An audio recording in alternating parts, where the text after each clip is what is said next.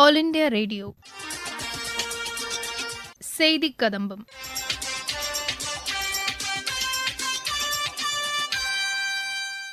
இன்றைய செய்தி கதம்பத்தில் மத்திய அரசின் சமூக வலைதள பதிவுகள், நமது லட்சியம் வளர்ச்சியடைந்த பாரதம் யாத்திரை நிகழ்ச்சியில் சென்னையில் மத்திய வர்த்தகத்துறை அமைச்சர் திரு பியூஷ் கோயல் பங்கேற்று பேசிய உரை மற்றும் கோவையில் மத்திய இணையமைச்சர் திரு எல் முருகன் செய்தியாளர்களுக்கு அளித்த பேட்டி உள்ளிட்டவை இடம்பெறுகின்றன. முதலில் மத்திய அரசின் சமூக வலைதள பதிவுகள். மத்திய அரசின் திட்டங்கள் அனைத்து தரப்பினரின் வாழ்க்கை தரத்தை மேம்படுத்தியுள்ளதாக பிரதமர் திரு நரேந்திர மோடி கூறியுள்ளார். சுயசார்பு இந்தியா இயக்கத்திற்கு வலு சேர்க்கும் வகையில் எரிசக்தி திறனில் இந்தியா குறிப்பிடத்தக்க படியை எட்டியுள்ளதாக பிரதமர் தெரிவித்துள்ளார். திரிபுரா முதலமைச்சர் திரு மாணிக் சகாவின் பிறந்த நாளையொட்டி பிரதமர் திரு நரேந்திர மோடி, மத்திய அமைச்சர்கள் திரு அமித் ஷா, திரு அனுராக் தாக்கூர் ஆகியோர் வாழ்த்து தெரிவித்துள்ளனர். தொலைதூர பகுதிகளில் வசிப்பவர்களுக்கும் உயரிய சிகிச்சை உறுதி செய்யப்பட்டுள்ளதாக மத்திய சுகாதாரத்துறை அமைச்சர் திரு மன்சுக் மாண்டவியா கூறியுள்ளார். ஒலிம்பிக் போட்டிகளுக்கான ஆசிய தகுதிச் சுற்று துப்பாக்கிச் சுடும் போட்டியின் 10 மீட்டர் ஏர் பிஸ்டல் பிரிவில் தங்கம் வென்ற வருண் தோமருக்கும் இப்பிரிவில் வெள்ளி வென்ற அர்ஜுன் சீமாவுக்கும் மத்திய விளையாட்டுத்துறை அமைச்சர் திரு அனுராக் தாக்கூர் வாழ்த்து தெரிவித்துள்ளார்.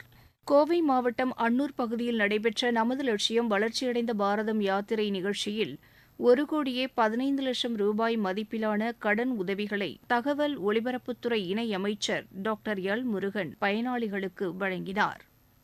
சென்னையில் நடைபெற்ற நமது லட்சியம் வளர்ச்சியடைந்த பாரதம் நிகழ்ச்சியில் பங்கேற்று உரையாற்றினார் மத்திய வர்த்தகத்துறை அமைச்சர் திரு பியூஷ் கோயல். அவர் பேசும்போது, Prime Minister Narendra Modi has been working for 10 years to bring benefits, relief and prosperity to 140 crore people of India.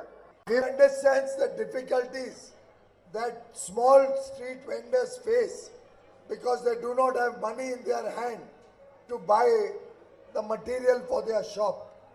So that our small street vendors do not have to borrow money from the money lender anymore. Now you won't have to pay high interest rate to the money lender. At a very low interest, without guarantee, you can get Swanidhi loan so that you can expand your business as a street vendor. Similarly, for those who want to do small business, Mudra loan is available. In Mudra loan, you can expand and grow your business. For those who are looking for security, we have Atal Pension Yojana, we have Postal Life Insurance, Ayushman Bharat, in which 60 crore people will get free health care and their medical needs will be taken care of. Like that, there are so many schemes. PM Awas Yojana, which gives a free house. We have Pradhan Mantri Garib Kalyan Ann Yojana, in which 80 crore people are getting free food grain. Under Jal Jeevan Mission, every home will get water directly from a tap. Like that, all these schemes, we want you to know about it. Those who have already got the benefit should also tell all the others how that has benefited you. That will encourage others who have not yet got the benefit to also apply, fill up the form so that everybody can get the benefit due to you.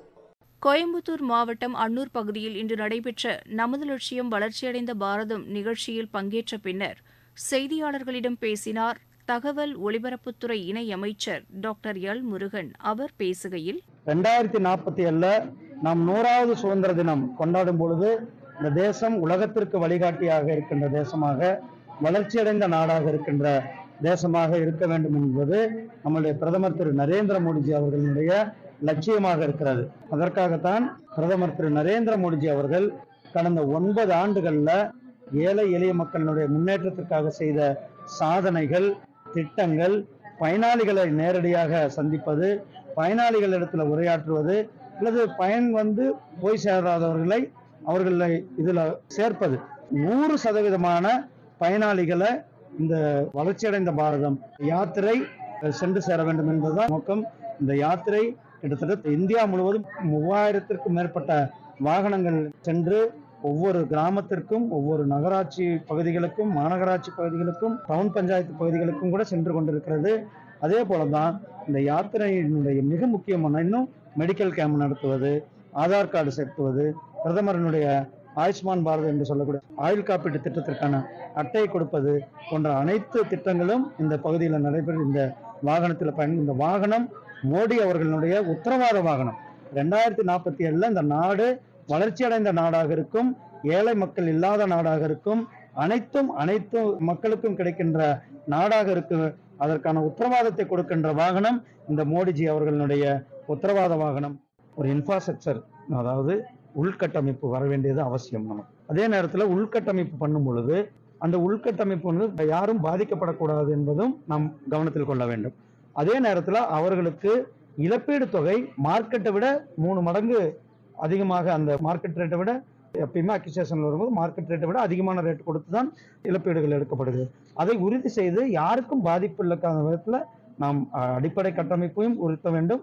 அதனால யாரும் அப்படி பாதிக்கப்படும் போது அவர்களுக்கு market ரேட்டை விட அதிகமான rate கொடுத்து அவர்களுக்கு காம்பன்சேஷன் கொடுத்து தான் வழக்கமாக இருக்கிறது. அதை ஒரு தமிழ்நாடு அரசாங்கம் அக்யூசேஷன்ல முறையாக விவசாயிகளுக்கு கலந்து பேசி அவர்களுக்கு சுமூகமான தீர்வோட அந்த அக்யூசேஷனை முடிக்கணும். அதாவது அது முறையான வளர்ச்சியோடு மக்களுக்கு ஒரு பயனுள்ள நிறுவனங்கள் வருவது வரவேற்கத்தக்கது.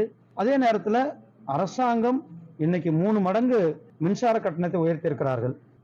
குறிப்பாக நம்மளுடைய கோவை, ஈரோடு, திருப்பூர், நாமக்கல், சேலம், நீலகிரி, இந்த மேட்டுப்பாளையம் இந்த பகுதியில் எம்எஸ்எம்இ நிறுவனங்கள், குறிப்பாக நெசவாக இருக்கட்டும் அல்லது சிறு குறு நிறுவனங்கள்லாம் ரொம்ப 3 மடங்கு மின்சார கட்டணத்தை உயர்த்தியிருக்கிறார்கள். இந்த மின்சார கட்டணத்தை குறைக்க வேண்டும் என்பது அனைவருடைய கோரிக்கையாக இருக்கிறது. அதுக்காக நம்ம திருப்பூர், கோயம்புத்தூர் பகுதியில் கடையெடுப்பு செய்து அவர்கள் எதிர்ப்பை எல்லாம் தெரிவித்திருக்கிறார்கள். அதாவது தொழில் முனைவோர், தொழில் முதலீடு வர்றது ஒரு பக்கம் இருந்தாலும் அவர்களுக்கு டிரான்ஸ்பரன்சியான, அதாவது சிங்கிள் விண்டோ சிஸ்டம், அவர்கள் எளிமையாக தொழில் தொடங்குவது, அவர்களை ஹராஸ் பண்ணாமல் இருக்கணும், அல்லது அவர்களுக்கு குடிநீர் வசதி செய்து கொடுப்பது, அவர்களுக்கு மின்சார கட்டணத்தை சப்சிடியோடு கொடுப்பது, இதெல்லாம் அரசாங்கம் உறுதி செய்ய வேண்டும். சென்னையில் இன்று நடைபெற்ற உலக முதலீட்டாளர்கள் மாநாட்டில் பங்கேற்ற மாநில சுற்றுச்சூழல், பருவநிலை மாற்றம் மற்றும் வனத்துறை கூடுதல் தலைமைச் செயலாளர் திருமதி சுப்ரியா சாஹூ எமது வானொலிக்கு அளித்த பேட்டி. இந்த மாநாடுல காலநிலை மாற்றத்துக்காக எந்த மாதிரி இண்டஸ்ட்ரியல் டெவலப்மெண்ட் இருக்கணும் அதை பற்றி இன்னைக்கு டிஸ்கஷன் நடந்தது. அதில் பார்க்கும்போது நிறைய ஐடியாஸும் நமக்கு வந்திருக்கு. ஆனால் தமிழ்நாடு பொறுத்த வரைக்கும் இந்தியாவோட ஃபர்ஸ்ட் கிளைமேட் கம்பெனி, அதாவது கிரீன் கிளைமேட் கம்பெனி நாங்கள் செட்டப் பண்ணியிருக்கோம். அந்த கிளைமேட் கம்பெனிக்கு கீழே ஒரு இம்பார்ட்டண்ட் மிஷன்ஸ் நாங்கள் லான்ச் பண்ணியிருக்கோம். Green Tamil Nadu mission, climate change mission, wetlands mission ready பண்ணியிருக்கோம்.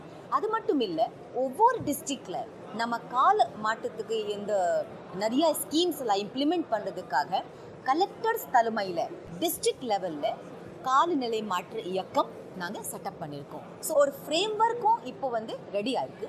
குளோபல் இன்வெஸ்டர்ஸ் மீட்டில் ஒரு முக்கியமான டார்கெட் என்னன்னா, தமிழ்நாடு 1 ட்ரில்லியன் எக்கானமிக்கு போகிறதுக்காக இண்டஸ்ட்ரீஸ் அவங்களுடைய எமிஷன்ஸ் கட் பண்ணி அவங்களுடைய வேஸ்ட் மேனேஜ்மெண்ட் நல்லா ரெடி பண்ணிட்டு பண்ணாங்கன்னா நம்மளால் ஒரு கார்பன் நியூட்ரலிட்டி கண்டிப்பாக ஈஸியாக மூவ் பண்ண முடியும்.